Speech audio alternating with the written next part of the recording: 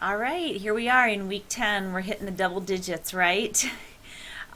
We have now just a few weeks to kind of put the polish on our final wiki. And so, as we're doing some exploring of the actual teaching of writing and how we're going to teach writing concepts in mini lessons, obviously, we've already kind of delved into that a bit. But as we start with that, this week, specifically focusing in on crafting our mini lessons, do be mindful that we're trying to add tools and ideas to that wiki so that it's a project that we can take with us to that first teaching job and pull ideas from it when we are in a pinch or when we're designing a syllabus for a course or the course of study for the class we're teaching. Okay, so here we go.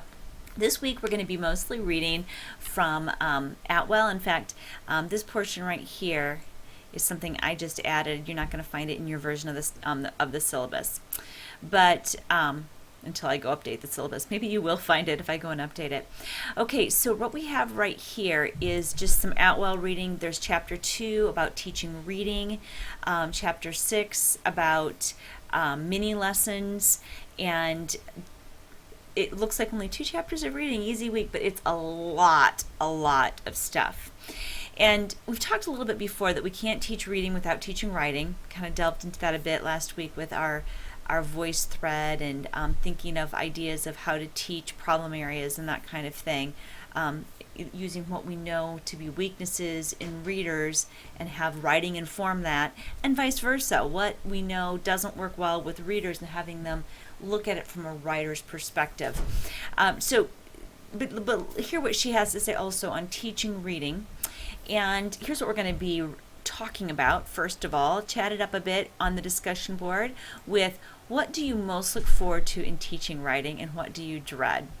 And it's funny because even having taught writing for a number of years now, I can tell you right now what I most look forward to and what I most dread. It might seem funny to you to hear me say that as much as I love teaching writing, I really dread piles of papers being turned in. I don't love it. And the irony is, it's coming with these bittersweet things because I really do love reading what students write. It's more of the tedium, I believe, of the editing process, and that's part of the reason I'm a huge advocate of student peer editing, because they do find a lot of the nitpicky stuff. And my role isn't just to edit when I'm evaluating their writing, but it is very time consuming, right? I've actually, the teacher that wrote the gave us the video on interactive rubrics sent me a picture. I may have mentioned this before, spare me if I'm repeating myself, of her homemade treadmill desk. I'm not kidding you. She's an athlete. She was a college athlete, and just is a person who's very active, but she found that all of the grading, especially in her first years of teaching, was overwhelming. So she found an old desk that they fashioned over an old treadmill, and she walks and grades at the same time. Just a thought, something to consider, okay? But what do you most look forward to in teaching writing, and what do you most dread? I shared with you what I most dread, but I most look forward to watching students gain confidence and have that wow experience, coming into it, hating it, leaving, liking it, that kind of thing. Watching student growth is my very favorite thing, and that sounds maybe a little trite as well, but I'm sure you can kind of project what you're looking forward to and what you're dreading.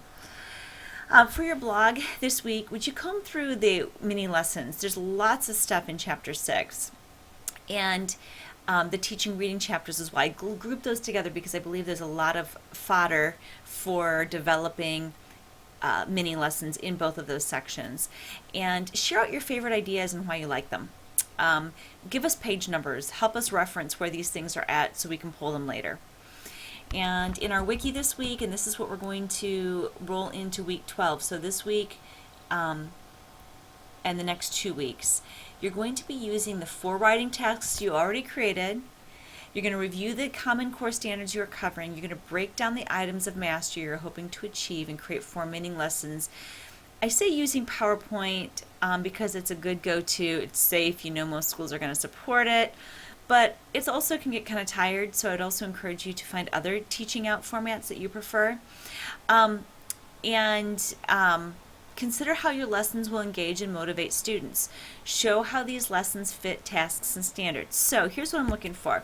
I mentioned to a number of you that there's a lot in those Common Core standards. We need to break them down, and we need to show what we really hope to master through the writing tasks. And if you're not really going for mastery, if you were maybe doing a letter writing assignment, kind of like we talked about last week, as sort of a letter to the reader that's not really intended to be show mastery of letter writing, it's supposed to be a communication experience of a different type, you can make note of that. You can say, you know what, this is more of an introductory activity that I hope builds up to a mastery activity.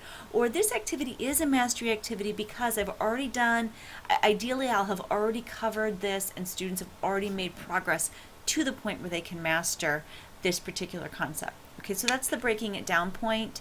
And again, you're just going, for some of this, you're not reinventing the wheel, you're copying and pasting over. Ideally, if I could set up the wiki for the gradebook, we'd only have one wiki and you'd keep building, but you can copy and paste over. There might be some overlap here, and that's okay. Okay, bring your Common Core standards over, show how they break down. Maybe you already taught some of this out. Now you're filling it in a bit, shading in the meanings. When I say create 4 mini lessons, imagine yourself in your classroom, and this might be something where you're going to have to define your classroom space a little bit. And it may change. This is the land of make-believe. But I'm going to use one of you as an example. One of you mentioned that you would put your desk in the middle of the room and have the students kind of round table around you. That's your format. What are you going to use as a presentation tool? Maybe it's a handout. Maybe you create something that's a handout. Maybe there is maybe in your, remember, this can be, you can be a little bit, you can live on the edge here. You can say maybe they're all going to get their iPads out. Wouldn't that be cool?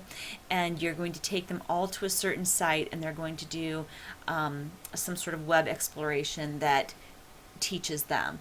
Or maybe some of you had some really creative hook activities that would get students going on a mini lesson theme. We talked about using the very nature of peer editing and revising as its own standalone mini lesson. How are you going to do it? Not just a general, well, I really like that letter writing, but how are you going to teach it? And it may involve a PowerPoint, it may involve, I want some piece that you're going to share out, whether it be a video, it could be a link from another site, it could be, it doesn't have to be something you create, but I want something there that's going to support your teaching. And again, you have until April to finish this section, but the important piece is to make sure that you're connecting everything together, that there's a flow here. We teach with the end in mind. And then finally it says, consider how your lessons will engage and motivate students. And that's where I'm saying, you can't just say, okay, we're going to talk about, I'm just going to teach it. We're just going to talk about how to edit.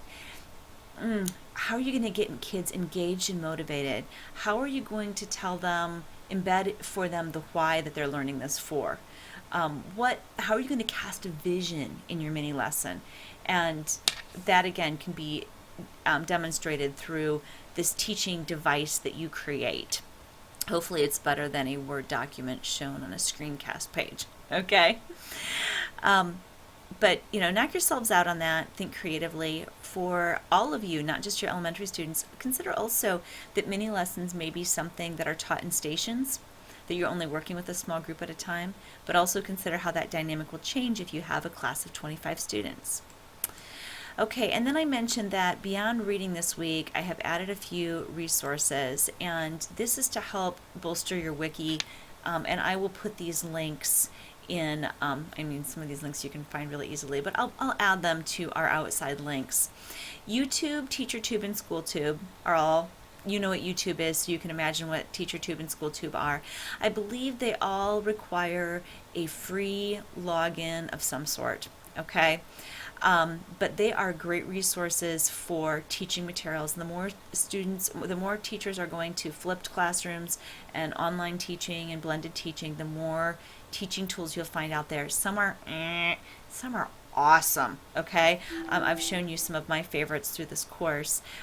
Go do a little searching around, poke around, and see what you can find that might tie in. If you're teaching transitions, just do a YouTube search for teaching transitions in writing for elementary students or for high school students. You could be pretty impressed with what you come up with.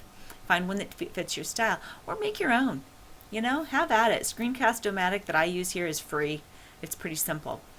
Um, and again, you want to make sure you know why you're using it. Why would I be making a video of myself teaching a mini lesson? That would be more of if you wanted something for students to go back and resource if they get stuck, maybe something that was a little bit more complicated, maybe something even like for high school students teaching MLA or APA, something that they could reference later. Okay, and then the fourth one on the list is another video resource that is a teaching resource.